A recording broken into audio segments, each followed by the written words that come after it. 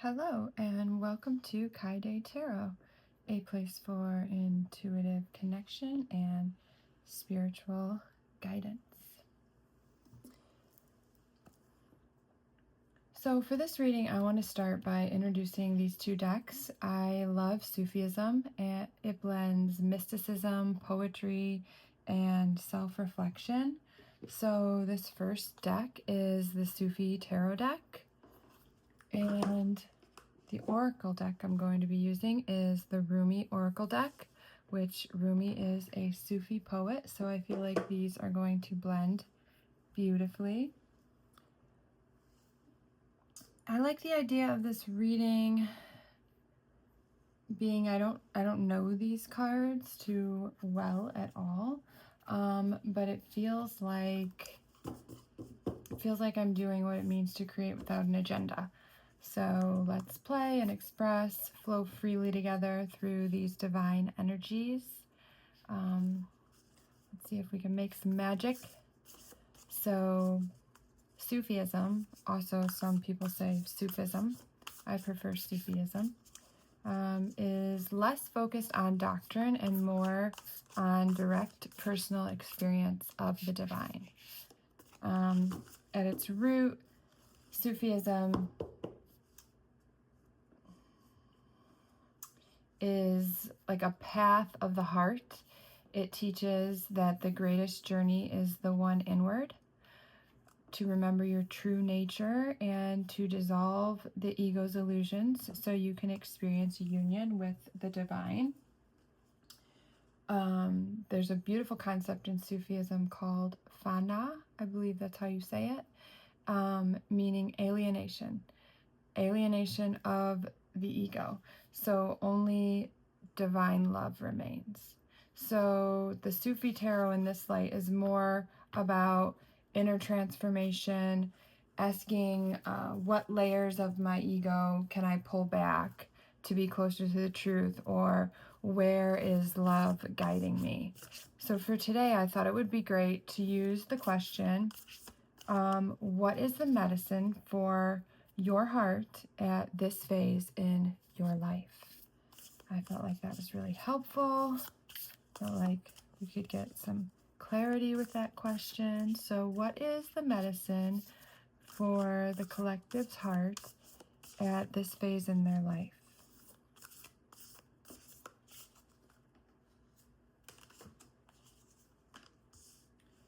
And we have Aluza, Star of Venus. Aluza, not quite sure how you say that, but I'm going to read from the book on this oracle card to begin the reading. So, let's see here. We have my beautiful one, born of pure radiance. You have love in your heart and passion for play that cannot be dulled by bleakness. We just said play, so I love that. It cannot be dulled by bleakness, boredom, or fear. Your soul is sensual and it dances with life with utter abandonment and devotion. Though the ways of this world seem strange to you at times, you eventually declare it to be nothing but strange beauty, and expand your heart, resisting nothing, to allow all to be bathed in the radiance of your being.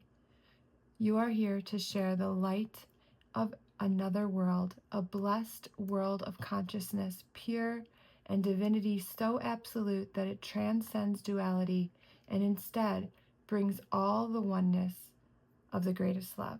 The Star of Venus is the greatest androgyny, neither solely masculine nor feminine, but an integration of both. The power it bestows is mighty, based utterly in love. When this star seeks us out, multiple blessings are bestowed, and our spiritual growth can be accelerated in ways that may be quite dazzling and surprising to our more limited mindset and belief systems. Okay, keep that in the book for now, and we'll get to the tarot. All right. So what is the medicine for your heart the collective's heart at this phase in their life.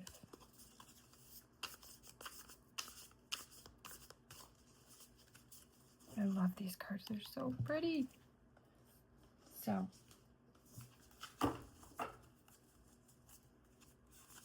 first card, Saber, also Temperance, Ten of Cups, Four of Cups,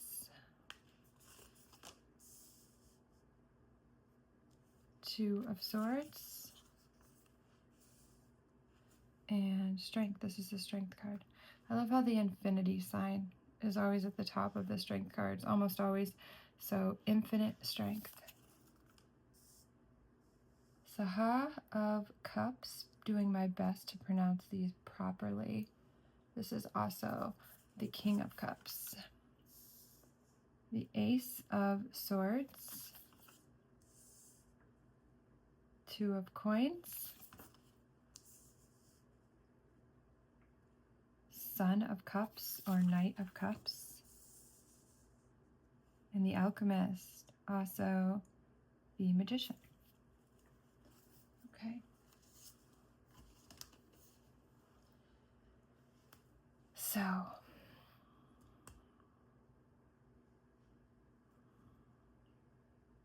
give me a moment to look at these cards. I love this bridge. Okay, so it begins. As many journeys do, in the restless in between.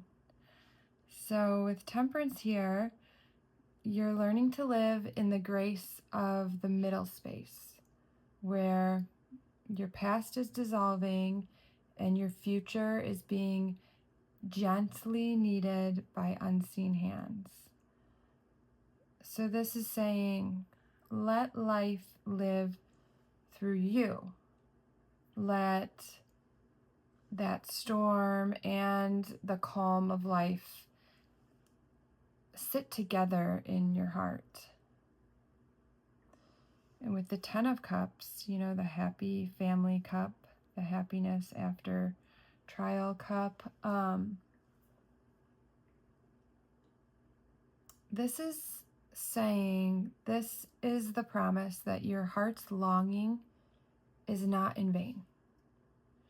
Rumi says, Rumi is such a beautiful poet. I'm sure most of you know who Rumi is. If you don't, look up his poetry. It's stunning. So Rumi says, what you seek is seeking you. So this phase of life is teaching you that joy is not a distant future. It's found when you lean into gratitude, into connection, into simple moments of love. So for me, meditation truly helps me with my joy, filling my joy, stabilizing my joy. Joy and happiness are different, right? So even if you're unhappy in the moment, or even for a long period of time, say you're sad, you're grieving, you still can know and feel that you have joy in your heart. Okay? So what you seek is seeking you. Just lean in to your gratitude and to those simple moments of love to cultivate and feel that joy. And with the Four of Cups, the malaise, the apathy, the closed heart.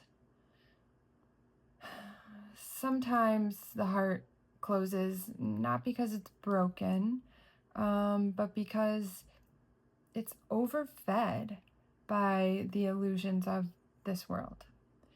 So look at what's around you. Look all around you at the gifts that you've overlooked or you may have overlooked. This is saying you are not abandoned. You are being rerouted. And the Two of Swords shows your mind at a crossroads, right? And here she's also blindfolded. So not only is she at a crossroad, but she's blindfolded, which it speaks to me. And then there's the moon there saying that the path is hazy.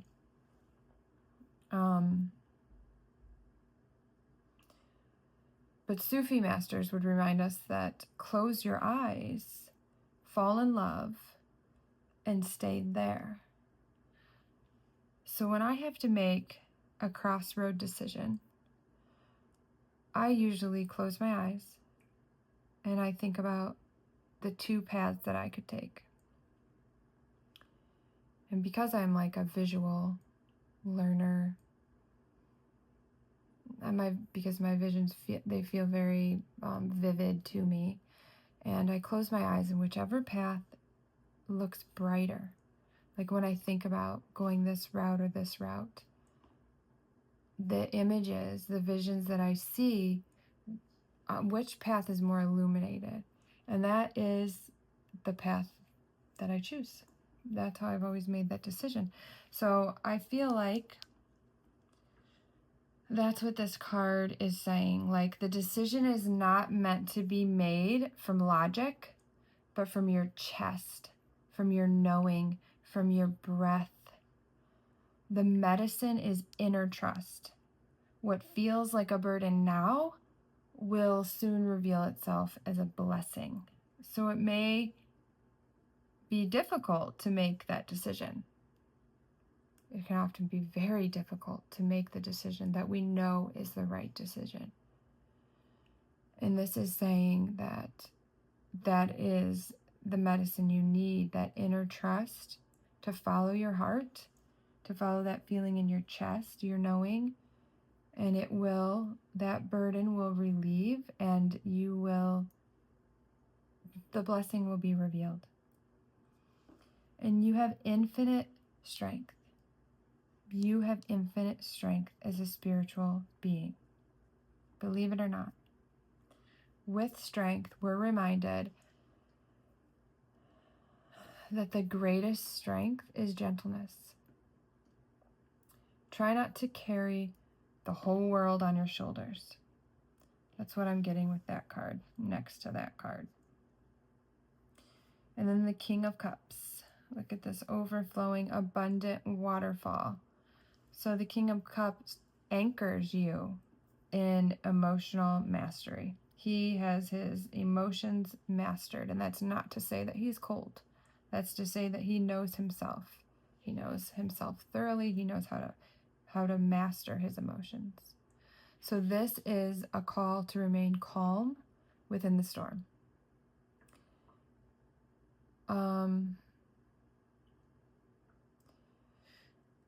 To become an ocean that swallows the waves without losing stillness. So you become an ocean that swallows waves without losing your stillness, right? So Sufism teaches that your heart is a chalice.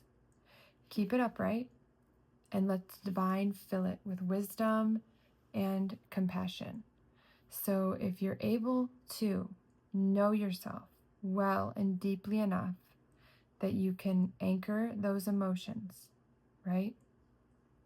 Then you can keep your heart upright and let the divine fill it over and over again with wisdom and compassion. And then we have the Ace of Swords. So the Ace of Swords arrives clean, sharp, true. This is clarity. This is your invitation to cut away the noise and the lies. Let your voice ring out. Let your truth be known. Rumi says, be like a tree and let the dead leaves drop. Just let the dead leaves drop. This phase of life wants you raw, honest, and free. Then the Two of Coins, the Two of Pentacles, the endless balancing act, right? We know these things, but it's not always easy to live these things. So the endless balancing act. So I see you trying to hold it all. And life will always have its chaos. But you are learning the sacred rhythm. She's beating on that drum. You are learning the sacred dance within the chaos. That card depicts that beautifully. So then the Knight of Cups comes rushing in on this dreamy bridge at sunset. I do love this card though. The seeker, the romantic, the believer. Your heart wants to fall in love with life again. Let it. The roses are blooming for you. Go after what calls your heart, right? Go after what calls your heart.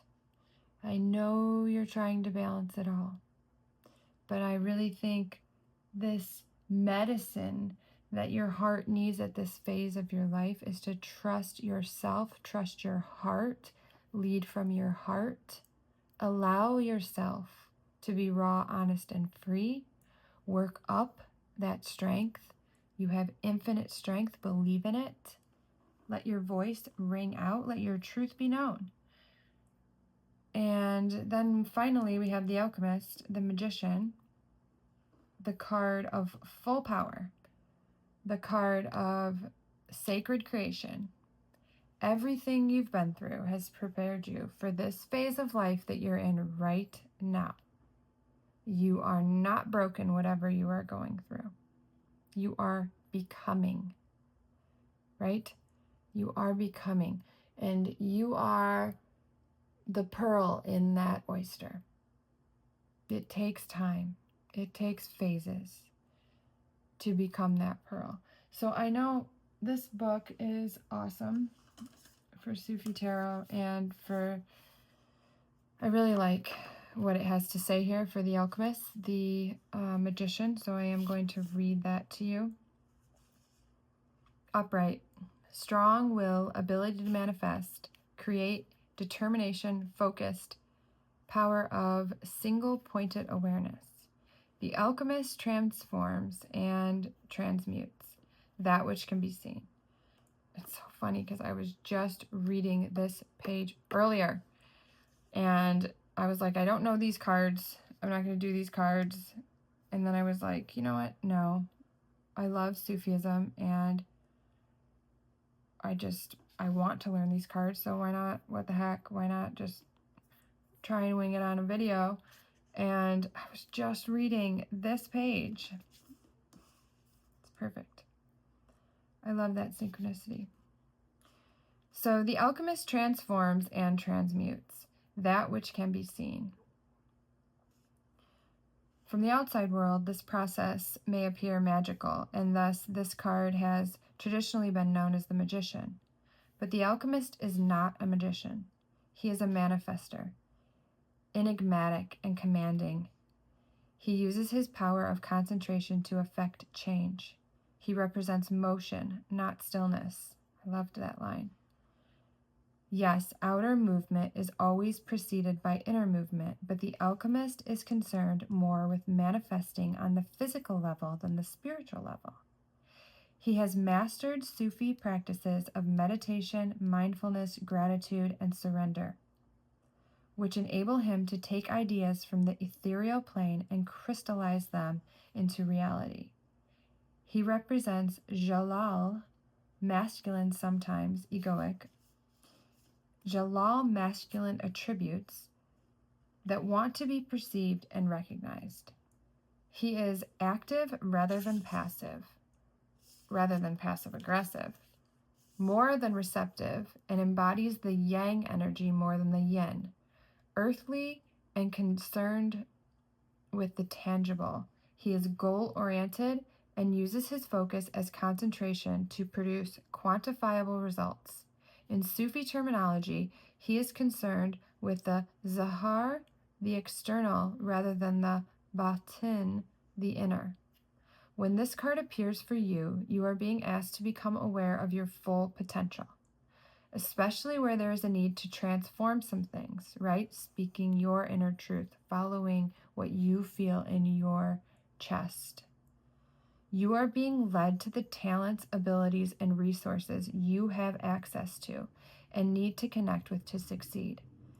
This is the card of making things happen and reaching into your mind and materializing what was previously just a thought. It is alerting you to the potential of your creative energy and your ability to heal yourself, heal others, and actualize your dreams. So yeah, I loved that earlier. That spoke to me. I hope it spoke to you. That's why I took the time to read that on top of my intuitive take on that card. So I wanted to wrap it up with one more of these Rumi Oracle cards, and I wanted to read you the excerpt from the book because these excerpts are so delicious. I love them. They are beautiful, and they really speak to the heart. So our first card, I'll put that back out here. You can find that. First card to begin the reading was the Star of Venus. And then we have the Dissolving Light. Beautiful. Beautiful cards. So, the Dissolving Light, number 3. Dare to take my hand and become set alight with holy fire, my cherished one. Step forward with me, let us burn together, dissembled in the light that cannot be extinguished. This is the light that burns with such incandescent truth that no falsehood can withstand its audacious vibrancy. Come with me now to the light. Together we shall melt into truth.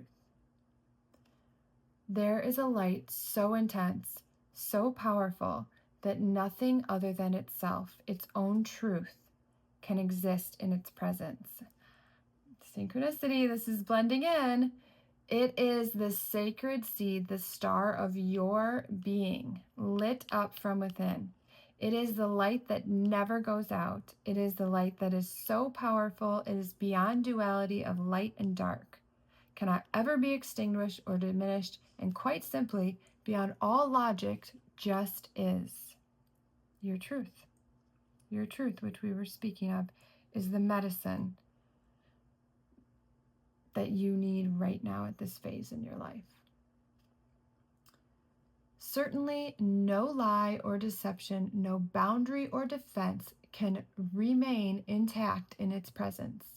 The blazing divinity of this light sears through any pretense, alienates illusions, and takes us into the stark experience of divine truth. This oracle comes to you as a sign of that which is to come, and soon.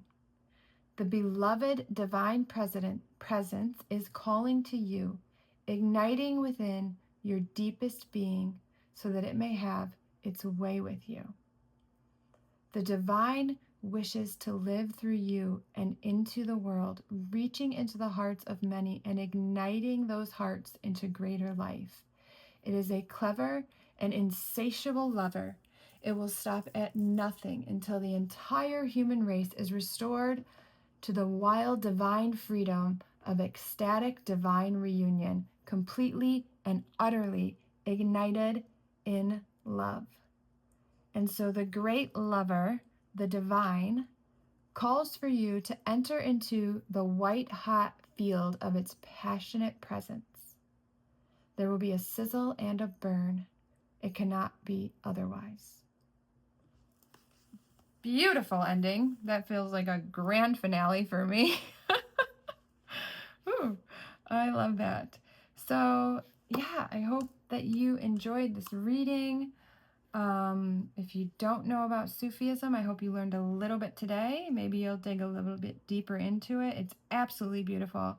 There's these emails that I receive on a daily basis called the Bowl of Sake. I would look that up if you're interested at all in Sufism. It's beautiful, daily, inner guidance. Just stunning, stunning work. So breathe, trust, walk in your path of knowing you are guided, held, and deeply loved. This is your medicine. You are the artist of your life. This phase of life wants you, again, raw, honest, and free. So my friends, work up to that. Baby steps. Thank you for this reading. It inspired me. I hope it inspired you.